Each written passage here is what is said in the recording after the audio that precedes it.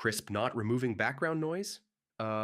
Yeah, that defeats the whole point, especially during important calls.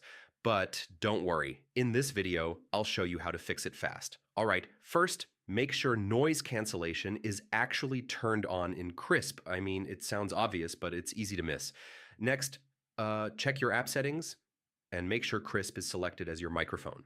Yeah, if it's not selected, it won't filter anything. Now, make sure the correct physical microphone is selected inside Krisp. I mean, wrong input means wrong audio. Okay, this one's important. Keep your microphone close to your mouth. Krisp works best when your voice is clear and louder than the background. If you're using other noise suppression or audio apps, disable them. Yeah, multiple tools can conflict and reduce effectiveness. Next, make sure Krisp is updated. I mean, new versions improve noise cancellation performance. Also, check your microphone permissions.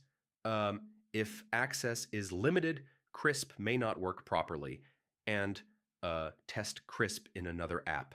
This helps you confirm if the issue is with Krisp or your calling app. So yeah, that's how you fix Krisp, not removing background noise. One of these steps should clean up your audio instantly. If this helped, drop a like and I'll see you in the next one.